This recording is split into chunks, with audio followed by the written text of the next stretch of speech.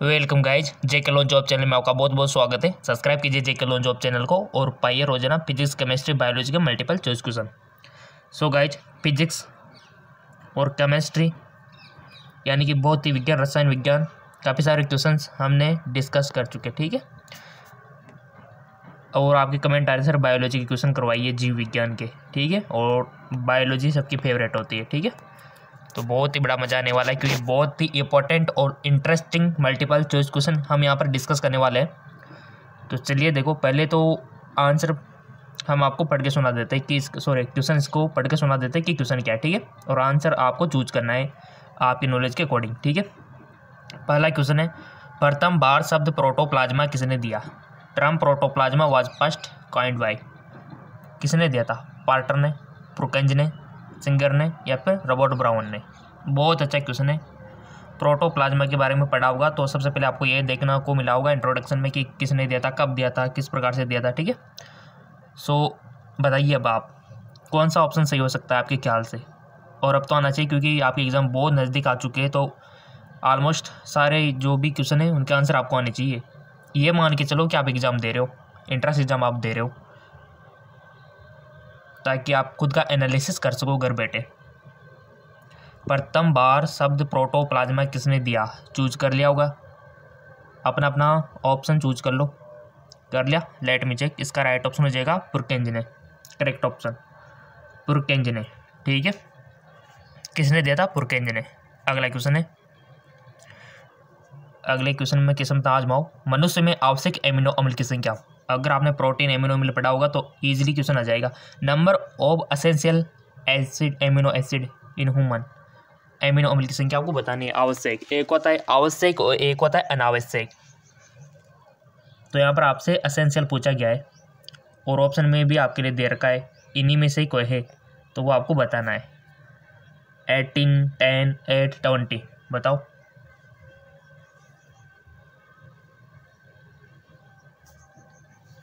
So guys, इसका right option हो जाएगा आपका ऑप्शन बी, यानी कि 10 होते हैं आवश्यक। अगला क्वेश्चन, सिलेजिला मांस में भिन्न है क्योंकि उसमें होता है। आपका जो सिलेजिला होता है मांस से भिन्न है क्योंकि उसमें होता है। क्या होता है? Selaginella different from mosses in having archegonia, पूर्ण विकसित संवहनी तंत्र, तैरने वाले एंजोजॉइड, स्वतंत्र गेमेटोफाइट। किस प्रकार भी नहीं गाइज? 11th में पढ़ा होगा ना आपने, 11th एनसीईआरटी बायोलॉजी। बहुत सारों तो मजे मजे में निकाल दी 11th, बट अब याद आ रहा होगा क्योंकि एंट्रेंस एग्जाम में क्वेश्चन 11th और 12th से बनते हैं। 12th के ज़्यादा आते हैं, ऐसी बात नहीं है, ठीक है। 11th के कुछ आते हैं, 15% मान सकते हो टोटल का, बाकी सब 12th के बनते हैं। बट कभी कभार 11th से भी काफ़ी सारे क्वेश्चन बन जाते हैं, ठीक है ना। तो आपकी प्रिपरेशन दोनों क्यों नहीं चाहिए? देखो, आपके फ्यूचर का मामला, कैरियर का मामला है। सो चूज कर लिया होगा आपने, जो भी आपने पढ़ा होगा 11th 12th में उसके अकॉर्डिंग चूज कर ही लिया होगा। और सब एग्जाम दे के आए अभी तो बोर्ड का, तो सबको आना चाहिए क्वेश्चन तो। सो इसका राइट ऑप्शन हो जाएगा आपका कि किस प्रकार से भिन्न है। तो इसका करेक्ट ऑप्शन है कि पूर्ण विकसित श्वसन तंत्र होता है, ठीक है। वेल डेवलप वस्कुलर सिस्टम होता है, इस प्रकार से डिफरेंट है। अगला क्वेश्चन, निम्न में से कौन कीटनाशक है? Which of the following is a pesticide. Pesticide आपको बताना है। टोपोरडी, BSC या फिर बोथ द अबव या फिर नॉन ऑफ दिस, इनमें से कोई नहीं। कीटनाशक आपको बताना है। जो खेती वगैरह करते हैं उनको तो पता होगा क्योंकि वो स्प्रे करते हैं दवाइयों का फसलों में, तो उनको तो पता होगा। पैकेट पे लिखा रहता है साल्ट। कर लो चूज। सो इसका राइट ऑप्शन हो जाएगा आपका उपयुक्त दोनों, ठीक है। ये दोनों यानी कि 2,4-D भी है और BSC भी है। ये क्या है? कीटनाशक है। चलते, साइनोफेज एक विषाणु है जो आक्रमण करता है। Cyanophage is a virus that attack नीलहरित शैवाल पर जीवाणु पर, सभी पौधों पर, कोई नहीं। Blue green algae, bacteria, all plant, none of above. साइनोपोइज एक विषाणु जो आक्रमण करता है। चूज कर लो अपना ऑप्शन। देखो कोई भी ऑप्शन चूज करो ताकि आपके अंदर की गलत फैमिली बाहर निकल के आए और आप एक बेटर इंसान बनते चलो, ठीक है। क्योंकि गलतियां करोगे तो तभी आप सीखोगे ना, तभी तो हम आपसे बोलते हैं कि गलती से बट ऑप्शन चूज करो। ऐसा इसको देख कर ड्रो मतलब कि नहीं आ रहा हम तो कुछ भी चूज ना करें, ये आपकी बहुत बड़ी गलती। कुछ भी चूज करो बट करो, क्या पता सही हो। सो कर लिया होगा आपने चूज। इसका राइट ऑप्शन हो जाएगा आपका नील हरित शैवाल पर, ठीक है। साइनोपोइज एक विषाणु है जो आक्रमण करता है नील हरित शैवाल पर। चलते बढ़ते आगे को। क्लोरोप्लास्ट में क्लोरोफिल पाया जाता है। Chlorophyll in chloroplast in located in. Chloroplast में क्लोरोफिल पाया जाता है। Stroma, grana, pyrenoid, lysosome. कहाँ पाया जाता है भाई, पढ़ा होगा ना आपने, प्लांट आपका चैप्टर है गाइज बायोलॉजी में।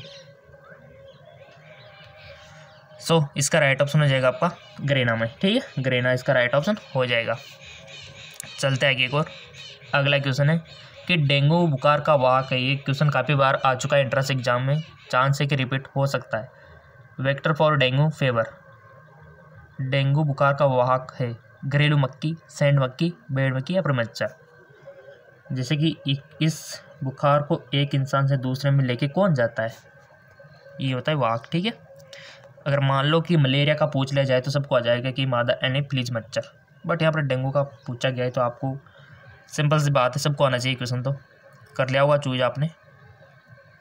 और डेंगू बहुत किससे होता है गाइस, वायरस से होता है, याद रखना, वायरस से। डेंगू वायरस से होता है, हाँ जी हाँ बिल्कुल। तभी तो इसमें क्या होता है, प्लेटलेट्स डाउन चले जाते हैं पेशेंट के। प्लेटलेट्स आप सब जानते हो, डाउन चले जाएंगे तो फिर रक्त का थक्का नहीं बन पाएगा।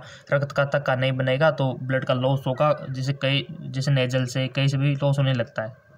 और अंदर ही अंदर जो आपने देखा होगा कैपिलरी से बाहर आने लगता है अंदर, शरीर के अंदर से, ठीक है। तो बहुत ही खतरनाक डिजीज़ है डेंगू, तो बच के रहना गाइस। इसका वाहक चूज कर लिया होगा मच्छर है गाइस। कौन सा मच्छर है, एडिज मच्छर, ठीक है, याद रखना कौन सा, एडिज। और येलो फीवर भी इससे होता है, ठीक है, येलो फीवर। और दूसरा नाम क्या है गाइस डेंगू बुखार का, ब्रेक बोन, ठीक है, हड्डी तोड़। चलते आगे और नॉलेज रखा करो ऐसे बीमारियों के बारे में, ताकि क्योंकि आपको आगे जाके मेडिकल फील्ड में जाना है ना। ल्यूकोप्लास्ट के अलावा स्टार्च के दाने विकसित होते हैं। ल्यूकोप्लास्ट के अलावा स्टार्च के दाने विकसित होते हैं राइबोसोम में, लाइसोसोम में, क्रोमोप्लास्ट में, क्लोरोप्लास्ट में। क्रोमोप्लास्ट और क्लोरोप्लास्ट दोनों अलग अलग है, ठीक है, क्रोमो और क्लोरो। ल्यूकोप्लास्ट के अलावा स्टार्च के दाने विकसित होते हैं किस में होते हैं गाइज। बहुत प्यारे स्टूडेंट हो आप, ऐसे बता सकते हो इसका आंसर अगर पढ़ा होगा तो। अगर नहीं आता है तो कोई दिक्कत नहीं, जाके देख लेना चैप्टर खोल के कि हाँ अपन में यहाँ कमी है, इस चैप्टर को थोड़ा सा कवर करना है, तब भी आप बेस्ट हो। अगर आपको नहीं आता है उसके बावजूद आप सीखने की कोशिश नहीं करते हो तब जाके आप गलत हो। बट आप बहुत इंटेलिजेंट स्टूडेंट हो, अगर आपको ये क्वेश्चन नहीं आता है तो आप ज़रूर अपना चैप्टर ओपन करके देखोगे उसको। ल्यूकोप्लास्ट के अलावा स्टार्च के दाने विकसित होते हैं, तो राइट ऑप्शन हो जाएगा आपका क्लोरोप्लास्ट में, ठीक है। अगला क्वेश्चन,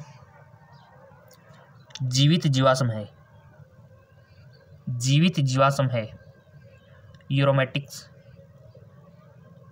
लेटिमार्सिया, आर्क्योइटिस, उपयोग सभी। जीवित जीवाश्म लिविंग फॉसिल। सो गाइस जीवित जीवाश्म तो आपका है लेटिमारिया, ठीक है, ऑप्शन 2। थोड़ा सा जूम कर लेते गाइस।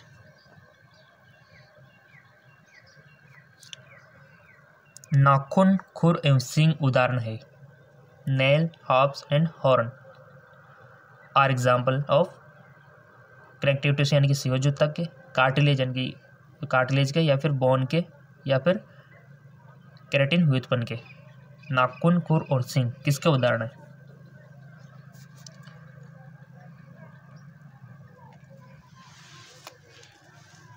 कर लिया होगा आपने वन ऑप्शन सेलेक्ट।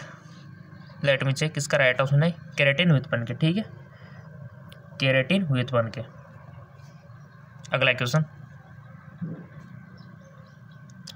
कोशिका में पाए जाने वाले विशाल कोशिकांग है, कोशिका में पाए जाने वाले विशाल कोशिकांग है। The largest cell organelle in the cell are tRNA, plastid, गोल्जिकाए, माइटोकॉन्ड्रिया। कोशिका में पाए जाने वाले विशाल कोशिकांग है। कोशिका तो आपने पढ़ा हुआ है, बचपन से पढ़ते आ रहे हो कोशिका, क्योंकि स्टार्टिंग भी कोशिका से ही है, क्योंकि जो भी जीवित प्राणी है संरचनात्मक इकाई कोशिका। सो गाइस, जिसका राइट ऑप्शन हो जाएगा आपका प्लास्टिड, ठीक है, क्या हो जाएगा प्लास्टिड, इसका राइट ऑप्शन हो जाएगा। कोशिका में पाए जाने वाला विशाल कोशिकांग है। चलते आगे को, अगला क्वेश्चन है आपका कि निषेचित मादा मधुमक्खी कहलाती है। The fertile female honey be in called drone, Madhukar, Rani, Raja. So guys, जिसका राइट ऑप्शन हो जाएगा आपका रानी, ठीक है, क्यों ये हो गया, ठीक है, क्यों कहलाती है, निषेचित मादा मधुमक्खी कहलाती है, क्यों कहलाती है। क्वेश्चन बन चुका होगा गाइस काफ़ी बार। अगला क्वेश्चन है, शीत निष्क्रियता के समय मेंढक श्वसन करता है। ड्रिंक, हाइब्रेशन, फ्रॉग, रेस्पिरेशन बाय, बाहरी गिल्स द्वारा, नम त्वचा द्वारा, फेफड़े एवं प्रोक्रोपेजिधारियों द्वारा, बाहरी गिल्स एवं फेफड़ों द्वारा। राइट ऑप्शन हो जाएगा आपका नम त्वचा द्वारा, नम त्वचा द्वारा करता है श्वसन, ठीक है, यानी कि स्किन के थ्रू करता है वो। याद रखना इस बात को, बहुत अच्छी बात है। मनुष्य के दाएं हाथ में कुल हड्डियां संख्या आपको बतानी है, और हमने आपसे बोला था कि इंसान में जितनी भी हड्डियां होती है, जितनी भी हड्डियों को मतलब ये नहीं कि 206 याद कर लो आप, पूरी मतलब हाथ में कितनी, पैर में कितनी, खोपड़ी में कितनी, चेस्ट में कितनी, चेहरे पे कितनी, इस प्रकार से याद रखनी है। एक तो आप ऐसे याद रख लो कि 206 हड्डियाँ होती है तो हमें पता है, किसी को पता नहीं है, ऐसा कुछ नहीं है, तो सभी को पता है, ठीक है। कौन से अंग में कितनी होती है, टार्सल में कितनी होती है, मेटाटार्सल में कितनी होती है, कार्पल में कितनी होती है, मेटाकार्पल में कितनी होती है, कान में कितनी होती है, चेहरे पे कितनी होती है, ये आपको याद रखना है, और हमने आपको पढ़ा दिया था। और वैसे अगर आप डिमांड करते हो कि एक वीडियो हो जाए इस बात पर, स्केलेटल सिस्टम पे, तो हम बना देंगे, कोई दिक्कत वाली बात, हमने कहाँ मना किया, हम तो मना ही नहीं करते, बट आप कमेंट करोगे तभी तो बनाएंगे ना, ठीक है। टॉपिक तो आप दो कि स्केलेटल सिस्टम पे बनाओ वीडियो, तो हम बना देंगे, कोई दिक्कत वाली बात ही नहीं है, ठीक है। तो मनुष्य के देखो दाएँ हाथ में कुल हड्डी की संख्या आपको बतानी है, तो ऑप्शन यहाँ 30, 28, 32, 34। Total number of bone in right arm of human. अब आप वो गिनोगे, ह्यूमरस, रेडियो, वल्ना, कार्सल, मेटाटार्सल, जितनी भी आपने पढ़ रखी होगी, गिन लो सबको। सो सिंपल सी बात है, इसका राइट ऑप्शन है आपका 30 होती है गाइस, दायां हो या बायां सेम होती है, ठीक है। चलता है और जितनी भी हर एक ऑर्गन में, जैसे हाथ हो गया, पैर हो गया, आपके रिब्स हो गई, ठीक है, खोपड़ी हो गई, चेहरा हो गया, कान हो गया, नाक हो गया, इनमें कितनी हड्डियां होती है आपको याद रखना है, अलग अलग ऐसे, ठीक है ना। निम्नलिखित में से किस कुल के पौधों में सनई निकाला जाता है। अगर आपको सनई समझ में नहीं आता तो कोई दिक्कत नहीं, इधर इंग्लिश दिया हुआ है और आपके एग्जाम में भी इंग्लिश दी हुई होगी। Sunn hemp belong to the plant family. Leguminosae, Solanaceae, Compositae, Malvaceae. Right option है गाइज, चूज करो पहले आप। कर लिया तो इसका राइट ऑप्शन हो जाएगा ल्यूमिनोसी, ल्यूमिनोसी, ठीक है। अगला क्वेश्चन, रक्त समूह जिसमें एग्लूटिनोजिन नहीं पाया जाता। Agglutinogen not found in blood group. A positive, B positive, A B positive, O positive. जिसमें एग्लूटिनोजन नहीं पाया जाता, नहीं होता है, ठीक है। एग्लूटिनोजन नॉट फाउंड इन ब्लड, कौन सा ब्लड ग्रुप है गाइज वो है? सो गाइज वो है आपका ओ पॉजिटिव, याद रखना, ओ पॉजिटिव, जिसमें एग्लूटिनोजन नहीं पाया जाता। अगला क्वेश्चन देखो, बहुत ही अच्छे क्वेश्चन है गाइस, फेवरेट है बायोलॉजी, ठीक है। अनामिका शब्द का प्रयोग किया जाता है। The term innominate is use for, एक हड्डी एक सिरा के लिए, एक सिरा एवं एक तंत्रिका के लिए, एक हड्डी एवं एक तंत्रिका के लिए, एक हड्डी एवं एक धमनी के लिए अनामिका शब्द का प्रयोग किया जाता है। चूज कर लिया होगा आपने। इसका राइट ऑप्शन है एक हड्डी एवं एक धमनी के लिए।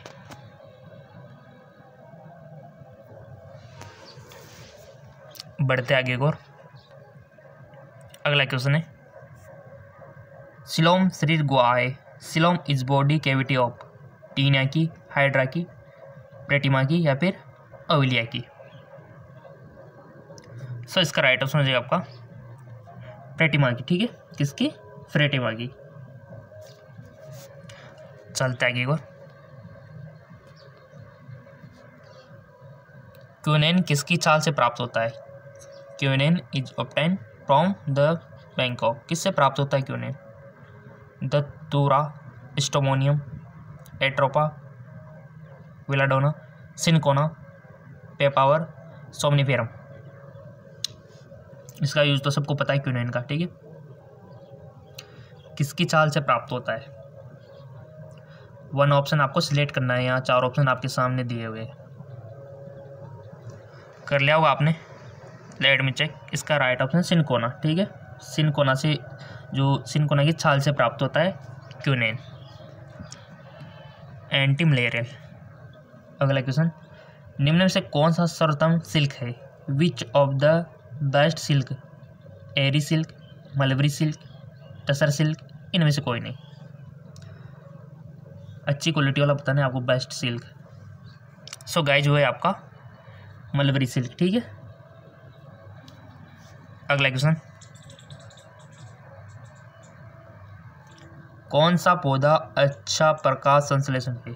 Which plant is a better photosynthesis? वो बहुत अच्छा क्वेश्चन है। तो गाइस कौन सा पौधा अच्छा प्रकाश संश्लेषक है? मक्का, कपास, गेहूं, गन्ना।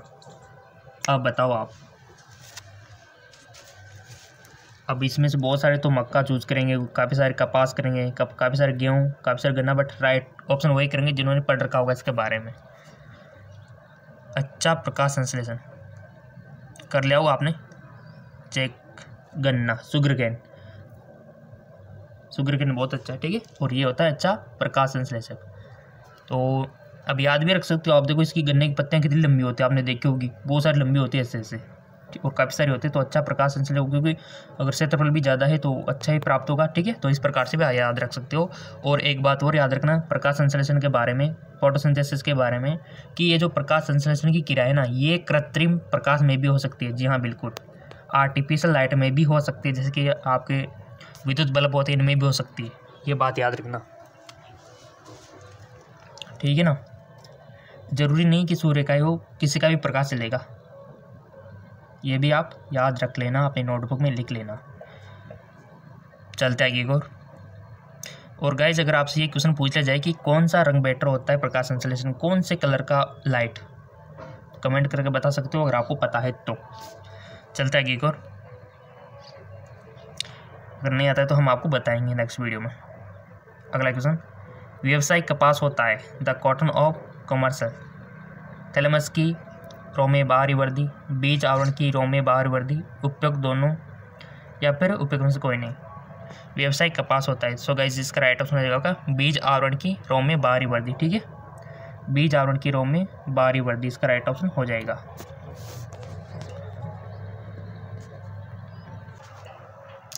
अगला क्वेश्चन है, पादप कोशिका में H2O2 का संश्लेषण एवं विघटन संपन्न होता है। सिंथेसिस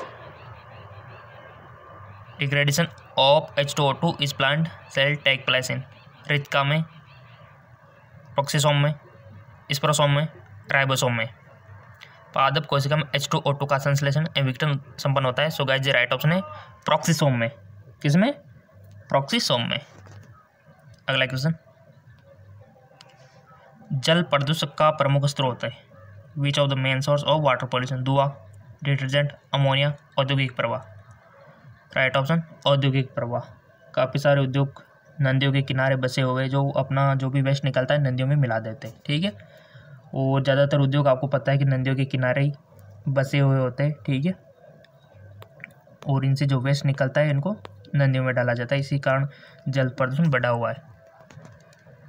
और जैसा कि मैंने आपसे बोल रखा है कि ये भी क्वेश्चन कम लगे तो जीके MCQ MK चैनल है, वहाँ पर भी आपको फिजिक्स केमिस्ट्री बायोलॉजी क्वेश्चन मिलेंगे, लिंक नीचे दिया हुआ है डिस्क्रिप्शन में।